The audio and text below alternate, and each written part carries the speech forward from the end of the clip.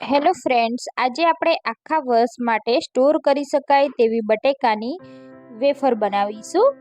આ વેફર એટલી ટેસ્ટી બને છે કે તમે કોઈ પણ વ્રત ઉપવાસમાં પણ આ વેફર તળી અને ખાઈ શકો છો. એક જ વાર આ વેફર બનાવવાની હોય છે. તો ચાલો જોઈ લઈએ કે બટેકાની વેફર કેવી રીતે બનાવવી. તો વેફર બનાવવા માટે મેં અહીંયા 1 કિલો જેટલા બટેકા લીધા છે. બટેકા આ રીતના કડક અને તાજા હોય એવા જ લેવાના છે. અત્યારે સિઝનમાં આ બટેકા વેફરના મળે છે એવા બટેકા આપણે લેવાના છે. તો આપણે તેની છાલ ઉતારી લઈશું. બટેકા આ રીતના કડક હશે તો વેફર તમારી એકદમ પોચી અને એકદમ વ્હાઈટ બનશે. તો એવી જ રીતે હું બધા બટેકાની આ રીતે છાલ ઉતારી લઈશ. મેં અહીંયા બધા બટેકાની છાલ ઉતારી લીધી છે. હવે આપણે તેને સ્લાઈસ કરીશું. તો મેં આ રીતનું જે વેફરનું સ્લાઇસર આવે છે તે લીધું છે. તો આપણે તેમાં ઇઝીલી આ રીતે વેફર પાડી શકીએ છીએ. તમારી પાસે આ રીતનું લોખંડનું હોય કે પછી સ્ટીલનું હોય તેમાંથી તમે વેફર પાડી શકો છો. તો આ રીતે આપણે એકદમ પતલી પતલી વેફરને પાડી લઈશું. અને વેફર જ્યારે આ રીતે તમે પાડી લો પછી તેને તરત જ પાણીમાં એડ કરી દેવાની છે. તો તમે જોઈ શકો છો કે અહીંયા મેં એકદમ સરસ એવી વેફર પાડી દીધી છે. તો આ રીતના મોટા બટેકા હશે તો તેની વેફર બહુ જ સરસ પડશે.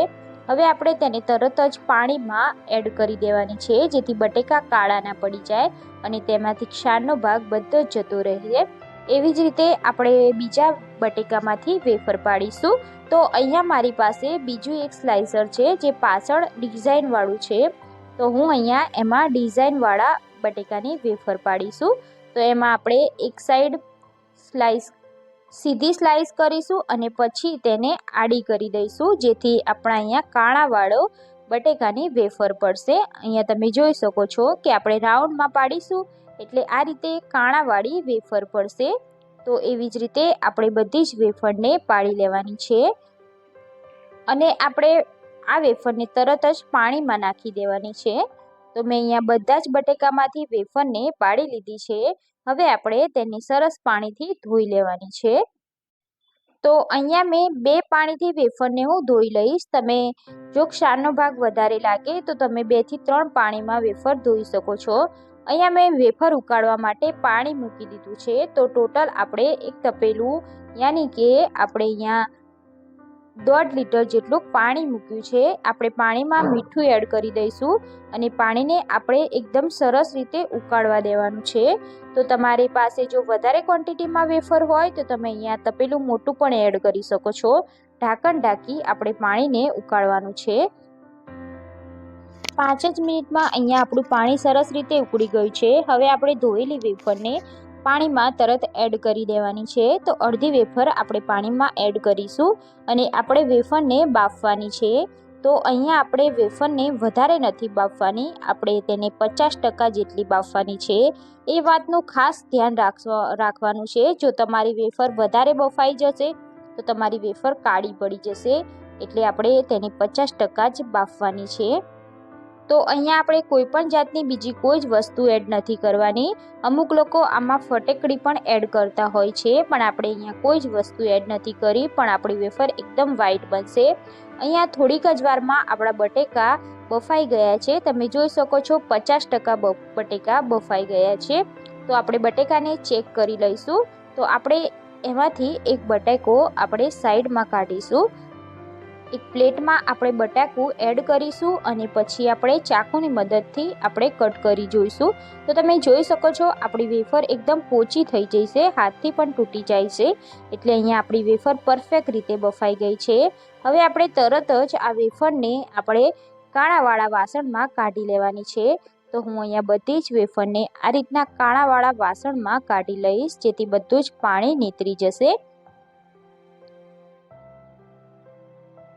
આ પ્રોસેસ તમારે ગરમા ગરમ જ કરવાની છે. હવે આપણે ફટાફટ જ આ વેફરને તડકામાં સુકાવા રાખવાની છે અને એવી જ રીતે આ જ પાણીમાં બાકીની વધેલી વેફરને એડ કરી દઈશું. તો તમે વધારે ક્વોન્ટિટીમાં બનાવતા હોય તો સેમ આ જ રીતે એક ઘોણ આપણે કરી લઈએ, તેને સૂકવી લેવાની અને બીજી ઘોણને આપણે બાફવા મૂકવાની એટલે વેફર ફટાફટ બની જશે. તો આપણે આ વેફર બફાય ત્યાં સુધી આપણે પેલી વેફરને સૂકવી લઈશું. વેફર બનાવતી વખતે 2 જણ હોય તો તમારે વધારે ઇઝી પડશે, એક સૂકવશે અને એક બાફશે, તો એ રીતે વેફર જલ્દી બની જશે.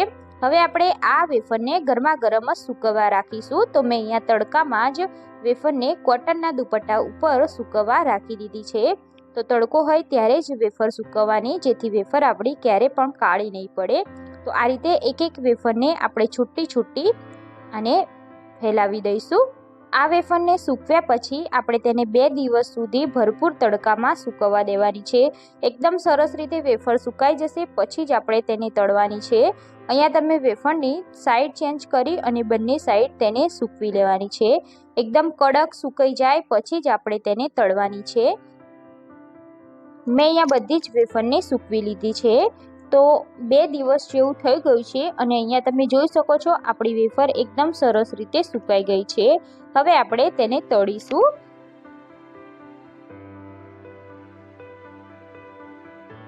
અહીંયા મેં તળવા માટે તેલ ગરમ કરવા રાખી દીધું છે. તો ગરમ તેલમાં જ આપણે વેફર એડ કરી દઈશું અને પછી આપણે આ રીતની વેફર એકદમ સરસ રીતે ફૂલી જાય પછી આપણે તેને તરત જ બહાર કાઢી લેવાની છે.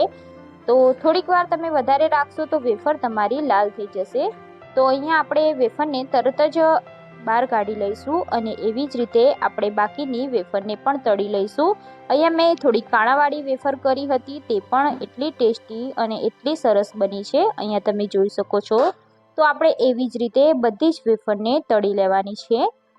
આ રીતે તમે વેફર બનાવશો તો તમારી વેફર ક્યારે પણ કાળી નહીં પડે અને આ રીતે વ્હાઈટ દૂધ જેવી તમારી વેફર બનશે. એટલી પોચી બની છે આ વેફર કે જેને દાંત નહીં હોય તે પણ ખાઈ શકશે. તો તમે પણ આ વેફર એકવાર જરૂરથી મારી રેસીપીથી જરૂર બનાવજો. આ વેફરને તમે ઉપવાસમાં પણ ખાઈ શકો છો. તો તમે પણ એકવાર આવી રીતે વેફર જરૂરથી ટ્રાય કરો. તો વેફર ઉપર આપણે થોડું મરચું સ્પ્રિંકલ કરી દઈશું જેથી આપણી વેફર થોડી તીખી અને ચટપટી બનશે. તમે પણ વેફર ટ્રાય ના કરી હોય તો એકવાર જરૂરથી ટ્રાય કરો અને મને કમેન્ટ કરી અને જણાવજો કે તમને મારી રેસીપી કેવી લાગી. વિડીયો ગમ્યો હોય તો વિડીયોને લાઇક અને શેર કરવાનું ભૂલતા નહીં અને મારી ચેનલને સબસ્ક્રાઇબ ના કરી હોય તો ચેનલને સબસ્ક્રાઇબ કરી લેજો. બાજુમાં આપેલા બેલ આઇકોન પર ક્લિક કરી લેજો જેથી નવી રેસીપીના નોટિફિકેશન સૌથી પહેલાં તમને મળી જાય અને મારી ચેનલ પર અવનવી રેસીપીના વિડીયો મૂકેલા છે, તમે ત્યાંથી પણ નવી રેસીપી જોઈ શકો છો. તેની બધી જ લિંક હું ડિસ્ક્રિપ્શન બોક્સમાં આપી દીધેલી છે, તમે ત્યાંથી પણ વિડીયો જોઈ શકો છો. તો ફરી મળીશું